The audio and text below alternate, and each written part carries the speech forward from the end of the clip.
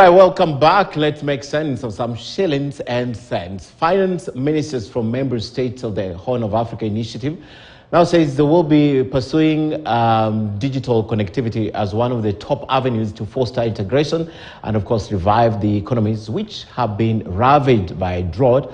And as Jimmy Mbogo reports, cross-border trade and financial inclusion took center stage at the meeting that saw Kenya's chairmanship come to an end.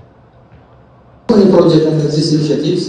a roundtable meeting of finance ministers from the Horn of Africa region, drought, digitization and financial inclusion took center stage among challenges that the nations need to address. Now, the meeting, chaired by National Treasury and Economic Planning Cabinet Secretary Professor Njuguna Ndung'u, recognized the efforts made by the region to mobilize resources, noting that in 2022, the region witnessed a doubling of commitments from over 400 billion by the end of the year. While in 2021, there was over 870 billion by February 2023. However, despite the efforts, there is a financing gap of over 700 billion shillings needed.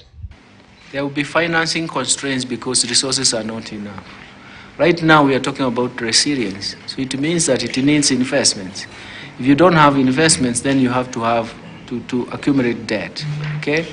So in a sense, it's an area we are talking about necessity. There are drawing constraints, but we cannot say who is going to meet that debt, who is going to meet that gap. That is going to be a very difficult issue because right now we have so many moving parts.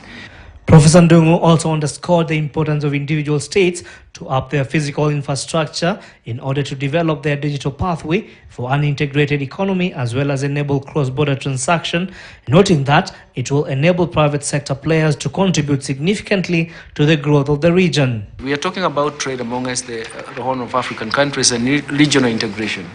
That cannot work if you don't have digital payments platforms and even cross-border payments platforms that are decisive for solutions.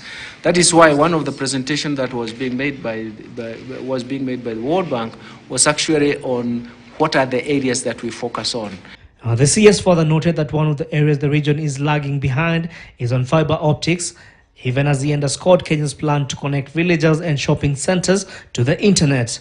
Professor Ndung'u added that physical infrastructure must be present for other pathways like payment solutions to ride on. You need to have the physical infrastructure in place. And this is, we are talking about the fiber optics. Like Kenya, we are talking about the digital superhighway, isn't it?